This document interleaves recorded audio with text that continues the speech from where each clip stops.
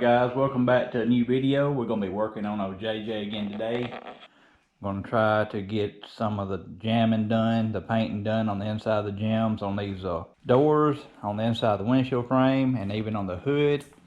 I want to try to get all this stuff painted and out of the way before I paint the tub. I want to paint the tub last, so I'm going to try to run through this relatively fast, not rush it, but just work on it and try to get this knocked out. And then I'll paint JJ and I'll be done. It'll be time to go back together with him, which will be a little bit of a process in itself. So, but before I get started this morning on, I got to back JJ out and get this shop floor cleaned up. It's terrible in here. I've got junk laying everywhere. But I'm going to put my rib nut or my nut insert in these holes right here. And I've got a tool to do that with. I got this from Amazon. And I don't know if any of y'all have noticed, but I've started leaving links to the products I use down in the description. And any of these products that I use, if I can remember, I will have a link down in the description. This is a rib nut installer, and just so y'all know, I am a member of the Amazon Associates. So if you click on these links, it does help me, and I'd appreciate that. All right, so here's what comes with the rib nut kit. You get all these rib nuts in these packages, different sizes. They're standard and metric. You have these, they call these mandrels.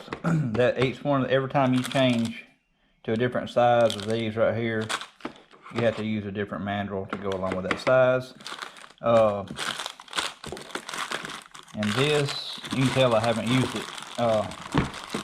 This is the installer itself.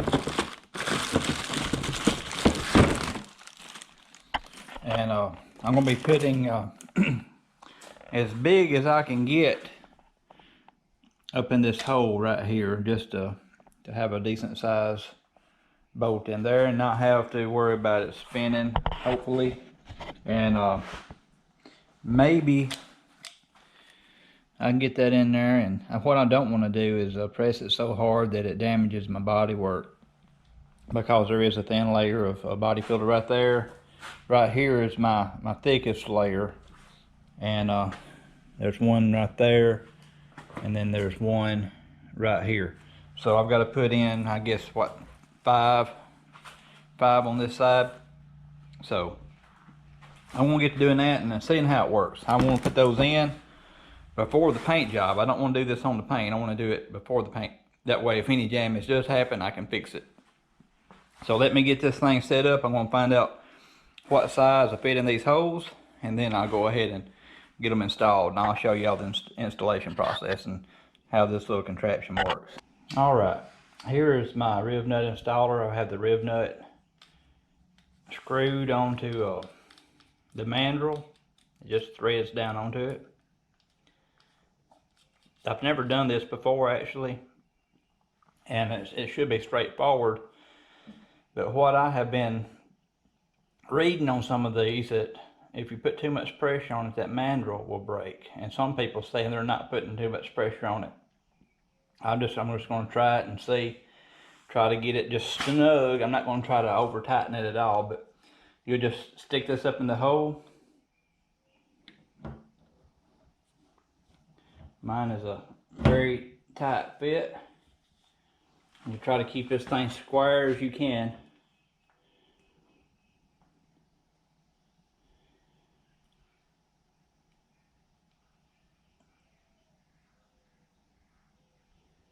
And you'll feel it when it stops pulling. And on this one right here, you just pull this handle.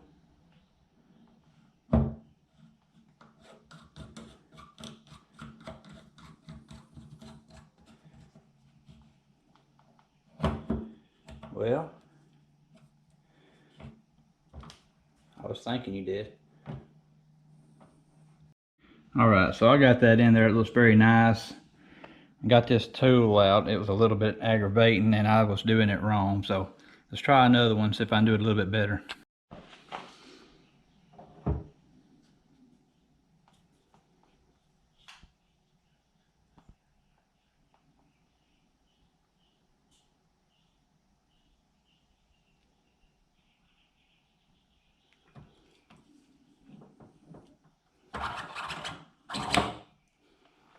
and that's how it's supposed to work. That thing's in there nice and snug. I have me some perfect little bolt holes now. That's exactly what I wanted. I'm gonna go ahead around here and finish the rest of these.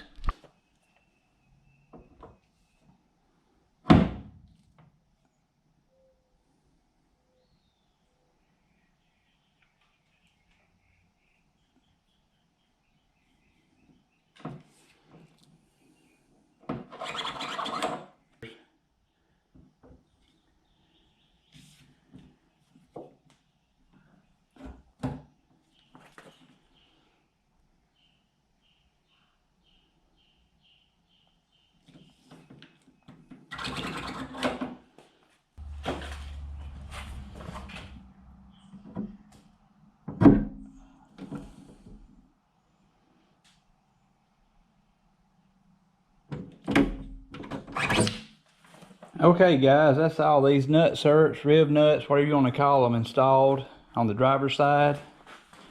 I had zero issues at all.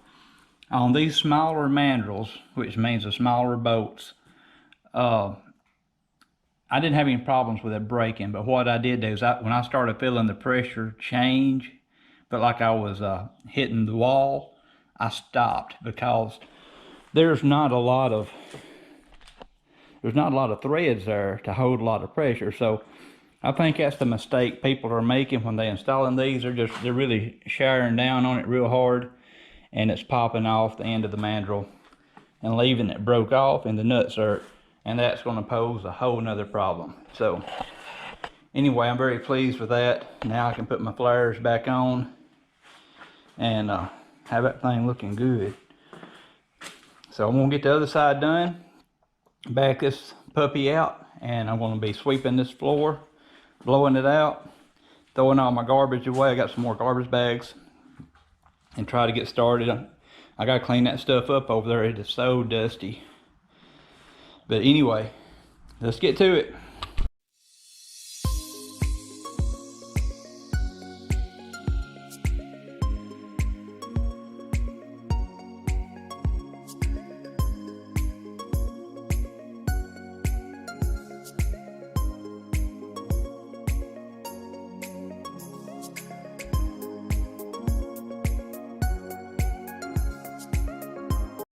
Guys, I'm going to explain something that you may have seen me doing when I'm block sanding this primer and even my Bondo.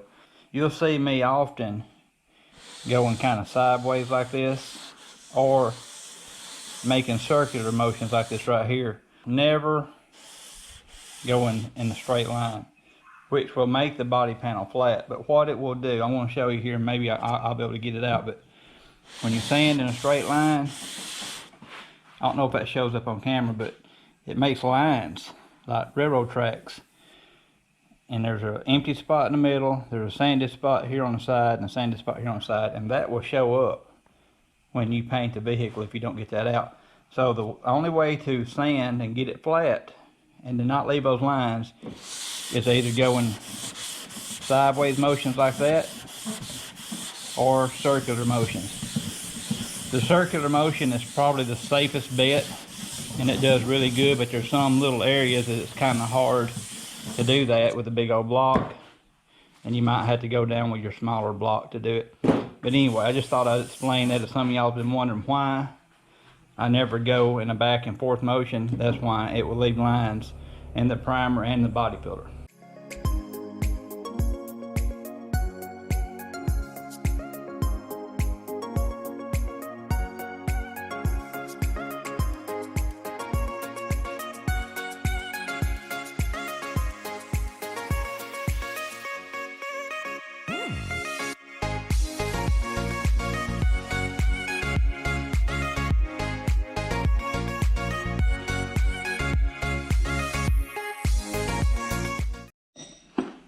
I got a paint gun here, actually two of them I got from Harbor Freight. I got this gun to spray primer because I need a gun with a bigger tip to spray this Marhide primer that I use, this yellow stuff. And this one has the it's a 1.7 or 1.8, I'm not sure. Anyway, either one of those will work, but I'm going to swap the tip now and put a smaller tip in it. I think it's 1.3 maybe. I can't read that. 1.4 to spray the sealer on and to spray my paint. So I'm going to jam these things in today, and I want to see how this is going to do. It does really good spraying the primer, as you saw in the last two videos. So now I'm going to see how it does with the paint and the clear coat.